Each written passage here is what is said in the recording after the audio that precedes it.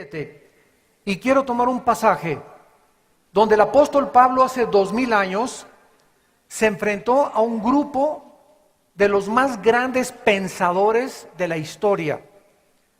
En la Facultad de Filosofía hace algunos años yo les preguntaba a los estudiantes que si ellos creían que los filósofos del siglo XX eran superiores a los filósofos de hace 22 siglos, Demóstenes, Sócrates, Platón, Aristóteles, etcétera, etcétera, y todos estuvieron de acuerdo en la Facultad de Filosofía aquí en la UNAM, de que no ha habido ningún filósofo desde la época de oro que se compare con Aristóteles, con Platón, con Demóstenes. Y entonces les hice la siguiente pregunta: ¿por qué entonces los filósofos del siglo XX fueron ateos? Carlos Darwin, Sigmund Freud, Friedrich Nietzsche, Jean-Paul Sartre, Carlos Marx, los más grandes pensadores del siglo XX y los que más han influido en el pensamiento universitario e intelectual y filosófico de toda la historia, fueron estos hombres que acabo de mencionar, todos ateos. Y parece que el ateísmo resurgió en el siglo XX cuando los grandes hombres como Isaac Newton, como Blaise Pascal, como Louis Pasteur y los más grandes científicos que ha tenido la historia creían que la Biblia era la palabra de Dios y además se dijeron a sí mismos cristianos. Pero el siglo XX, con los descubrimientos tecnológicos y con los avances científicos, ensoberbeció al ser humano y comenzamos a creer que éramos dioses y que a través de la ciencia íbamos a poder alcanzar la estabilidad y la solución a los problemas que enfrenta actualmente el ser humano. El apóstol Pablo llega a Atenas hace aproximadamente 20 siglos, en el año 50 después de Cristo aproximadamente, donde era la cuna, repito, de la filosofía griega. Desde la perspectiva de la cultura humana, la llegada de Pablo a esta ciudad de Atenas fue dramática y portentosa. Atenas era la capital intelectual del mundo antiguo y Pablo, como estudiante y graduado de la también importante ciudad de Tarso, sin duda estaba consciente de la cultura y de la grande intelectualidad de los filósofos griegos.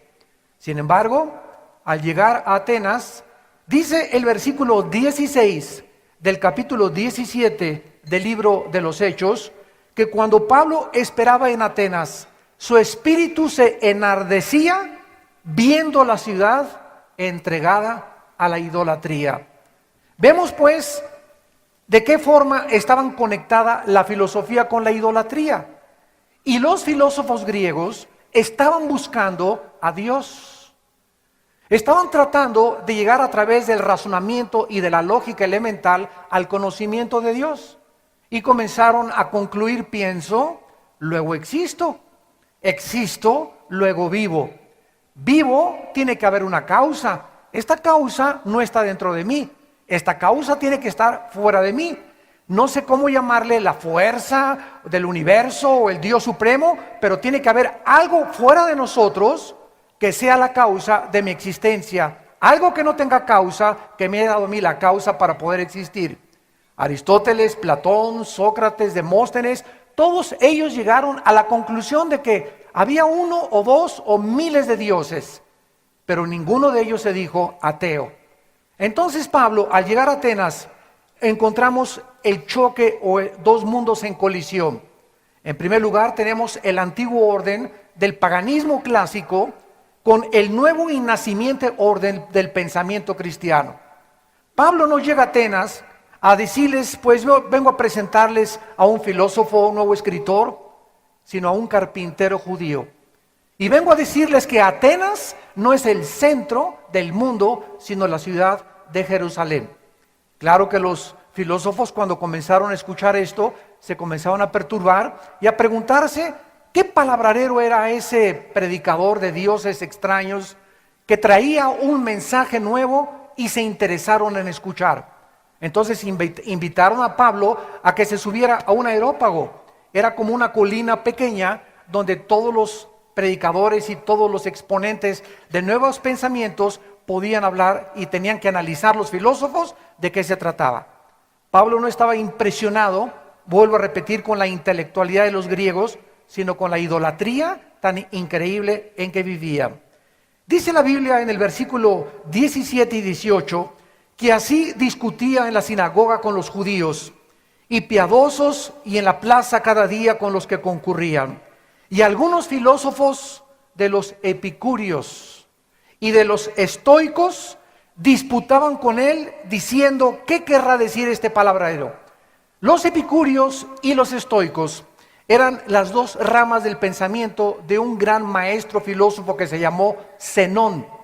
Los epicúreos eran seguidores de Epicurio, que murió en el año 270 a.C., y enseñaba que los dioses están lejos de los pensamientos humanos, que el mundo y la materia eran solamente el producto de la casualidad. O sea que Zenón creía en algo fuerte que existía fuera de nosotros, pero al mismo tiempo que había sido el producto de una casualidad. Esto comenzó a sentar las bases del ateísmo y del hedonismo, porque si somos materia, si solo todo es material y si no hay ningún propósito en tu vida ni en mi vida, comamos, bebamos y divirtámonos. ¿Para qué soy decente? ¿Para qué soy fiel a mi esposa? ¿Por qué tengo que ser honesto con mis negocios? ¿Por qué tengo que llevar una vida? ¿Por qué no puedo tener 10 o 4 mujeres? ¿Por qué no puedo evadir los impuestos? ¿Por qué no puedo vivir como me da la gana? ¿Por qué no puedo ser homosexual y casarme hombre con hombre, mujer como mujer? Imagínense que no tuviéramos leyes morales. El mundo exactamente es lo que es un caos y una anarquía por la falta de las leyes morales de Dios. Nosotros no fuimos establecidos por Dios para dictar nuestras propias leyes porque no somos dioses, damas y caballeros. Somos agentes morales responsables que necesitamos darle cuentas algún día. Te rías o no te rías, en esta mañana, el día de tu muerte, viene el juicio de Dios. Y Jesucristo vino al mundo hace 2000 años para darnos testimonio de esta grande realidad. Por otro lado, los estoicos, discípulos de Zenón, que murió en el año 265 a.C., enseñó que todo era Dios. Esto es Dios, yo soy Dios, el reloj es Dios, la materia es Dios, y esto dio lugar a lo que se llama en las filosofías orientales el panteísmo. El panteísmo es la base de todos los gurús, del Dalai Lama, de los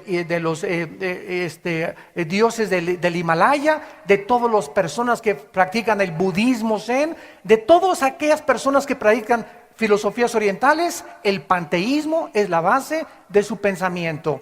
¿Qué es el panteísmo? Todo es Dios y tú eres Dios. Tienes aquí un tercer ojo, concentra en el tercer ojo, de ahí viene la meditación trascendental y todo lo que se inventó porque los gurús absorbieron el panteísmo desde los tiempos de los epicúreos y los estoicos de la filosofía griega. Y actualmente mucha gente se va a Chapultepec y comienza a concentrar en su tercer ojo. Y mírate en el espejo, tienes una frente, no tienes un tercer ojo. Los dos ojos los tenemos aquí, muy claramente me lo dice el espejo, y dentro tenemos un cerebro. Así que ese tercer ojo supuesto es lo que ellos le llaman el Dios que está dentro de cada uno de nosotros. Esto dio lugar también a la nueva era. Shirley MacLaine, la gran artista de cine de Hollywood, comenzó a escribir un libro diciendo que un espíritu la guiaba y que ella era la directora de la nueva era de Acuario y que podíamos resolver el mundo en el siglo XXI con la nueva era que venía de intelectualidad en el gobierno. Sin embargo, estamos al borde de la tercera guerra mundial.